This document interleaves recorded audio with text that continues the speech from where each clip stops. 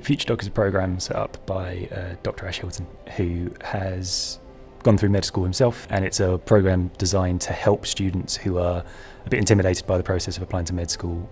It talks you through start to finish how to get there. Because I'm a graduate, I'm working full-time, and finding the balance and being able to direct where I'm putting my efforts is one of the best things that you could have done, because it's, rather than reading every book and distilling it into the information you need, it's already there. It's done by someone who's been there and got on the t-shirt and knows exactly what you need to know. So it just saves you so much time, and it's so easy to navigate and go through. The most tangible is probably my UCAT result, which was 3150, which is a pretty good UCAT result.